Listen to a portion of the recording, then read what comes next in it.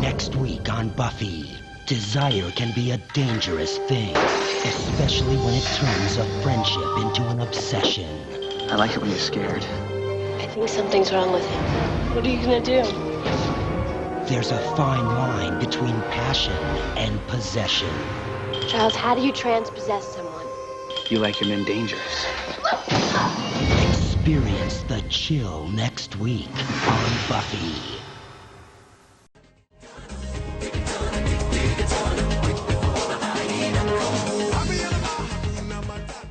Buffy the Vampire Slayer Season 1 Episode 6, The Pack, written by Matt Kien and Joe Rinkenmeyer, and directed by Bruce Seth Green, is an episode about bullying behavior and hyena possession. It's also generally hated by feminists for a stupid reason, being unable to separate Xander as a human from Xander as a hyena, and thinking that Xander the human needs to apologize for actions committed while possessed. But I'm jumping ahead.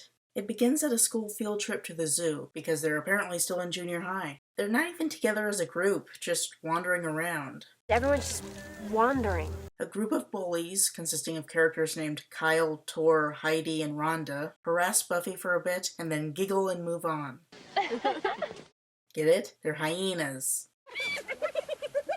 The show gets points for having the bullies have an equal amount of female characters to the male characters. Due to common sexist bias, it's very easy for groups on TV shows to be mostly male, often with only one female member, which feminists refer to as the Smurfette principle, off of the character Smurfette from the Smurfs. Even for a group of antagonists, it's nice to see equal female presence. Xander and Willow catch up with Buffy, while the bullies harass a kid named Lance. Principal Flutie intervenes, because principals go on field trips, but the bullies persuade Lance to cover for them and not to get Flutie's help. They repay him by taking him into the off-limits hyena area to try to throw him into the hyena pen. The gang observe. Buffy starts to go to help, but Xander still wants to play the hero. He's not as bad as he was in Teacher's Pet, but he still seems to think that his masculinity is threatened if he can't play the hero. Interestingly, instead of falling back on traditional gender roles, holding boys as strong and girls as weak, his current view is that Buffy is strong as a fighter but doesn't possess any other skills, like she's just the Hulk, while he can be superior for being able to talk people down. Buffy and Willow regard this assumption doubtfully, but when they go to help him out, they're caught by the zookeeper. The zookeeper explains that these are an especially dangerous species of hyena, and he shares a spooky legend about hyenas imitating human voices to call people into the woods where they're made vulnerable before eating them. I was surprised to learn that this is actually a real legend, associated with an Ethiopian and Indian monster called the crocuta, which is based on the hyena. The word was used for the genus of the spotted hyena, which is the only member of its genus and has the scientific name of Crocuta crocuta. The legendary crocuta is a dog-wolf monster that imitates human speech, based on the hyena's laugh, eats people, based on the hyena's tendency to dig up and eat human corpses, and is also hermaphroditic, based on the hyena's unusual genitalia that makes sexing them difficult, and bisexual. That last one isn't a misunderstanding. Hyenas do have bisexual practices. The hyena monsters of Buffy possess humans to borrow their speech and eat people. We never see anything like the other characteristics, which is heterosexism, but I wouldn't particularly want to see Buffy portray it at their current homophobic state either.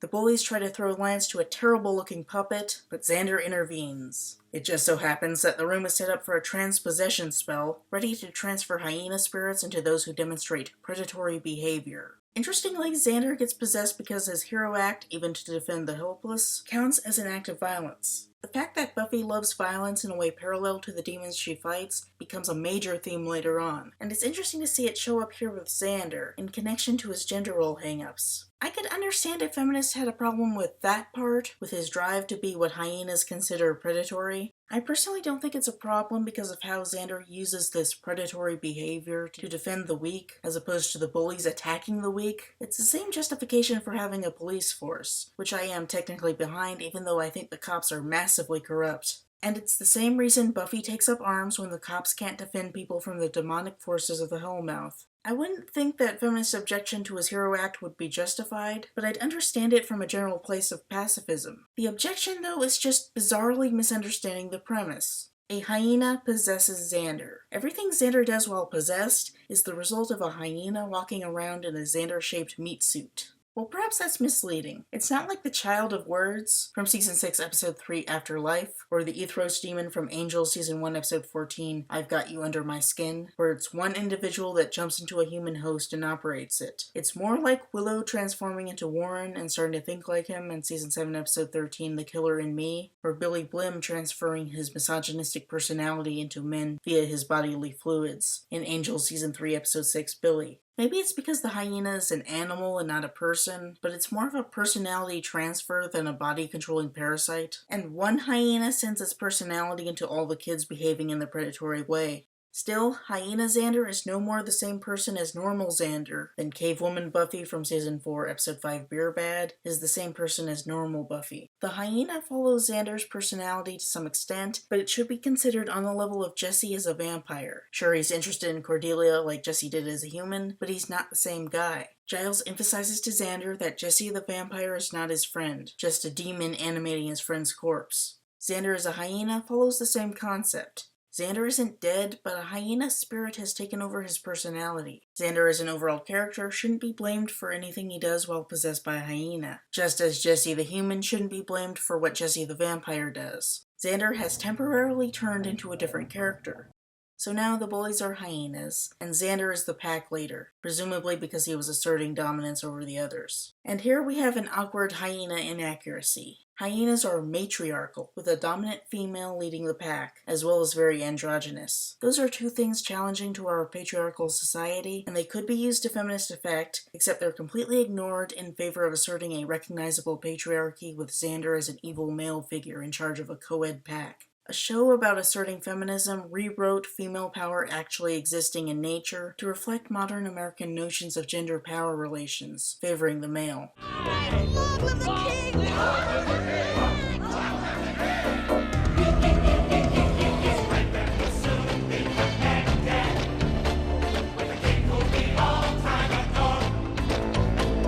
I don't actually think that Joss is a secret misogynist, but he can be stupid sometimes. That night at the Bronze, Buffy and Willow meet up and start chatting about the boys they like, Angel and Xander respectively. Xander shows up soon, and like Jesse as a vampire, he's got a predatory bad boy quality that attracts women. As with Jesse, it's not a problem because we know he's dangerous, and we are concerned for the people around him. Girls. Boy! I like that. Since becoming a hyena, Xander seems to have become the character he was pretending to be in Teacher's Pet, treating his friendship with the two girls as if having two sexual partners, or at least exploitable persons, accessible. Though relatively innocuous, the word girl is often used in a marginalizing way. Male persons of any age get to use guy, which comes from effigies of Guy Fawkes, and originally just meant man, on the order of bloke. Reflecting the patriarchal culture, guy is a neutral term without negative connotations and can be applied to any male person regardless of age. Girl, on the other hand, is used in a way to minimize agency and responsibility, focusing on the attributes of youth that are considered attractive to men. Boy is its counterpart, applied to men to reduce their power and focus on youthful attractiveness to women. Women will sometimes call attractive male adults boys, but with less frequency than men calling women girls, as men are under societal expectations to be valued for other traits. This shows up in the phrase pretty boy, applied derisively to attractive male celebrities like Leonardo DiCaprio, to take their talents out of focus and disrespect them for their youthful attractiveness. Boy is considered an insult when applied to men because it takes away their adult power, and it may be considered grounds for fighting to earn respect. When spoken by a white man to a black man, it has racist connotations referencing centuries of dehumanization and not respecting black men as true human adults.